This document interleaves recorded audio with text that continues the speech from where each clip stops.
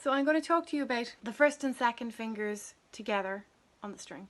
Okay, so this is the first and second together.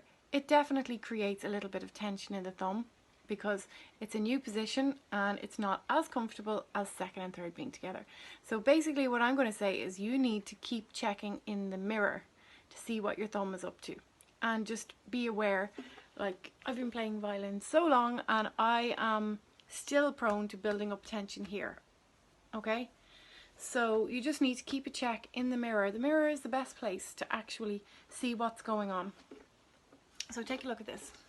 So this is me playing 1, 2, 3 and the second and third are together. You can see my thumb is just, it's really relaxed there. It's happy.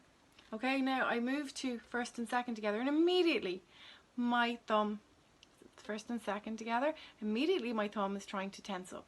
Okay, so even me, I've been playing violin for so long and that still happens. Muscle memory from probably when I was a child. So I'm trying to set you up so that you have the least amount of tension possible so that you can do lots with your speedy fingers, because the less tense your thumb is, the faster you can move these fingers.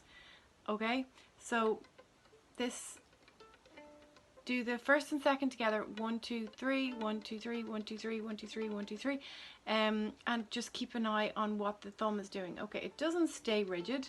Okay, as you can see, it's kind of moving around. That's a really important thing to note, is it's not sticking in one point. It is moving around according to how your fingers are moving. So I think that's probably the main thing I want to say to you.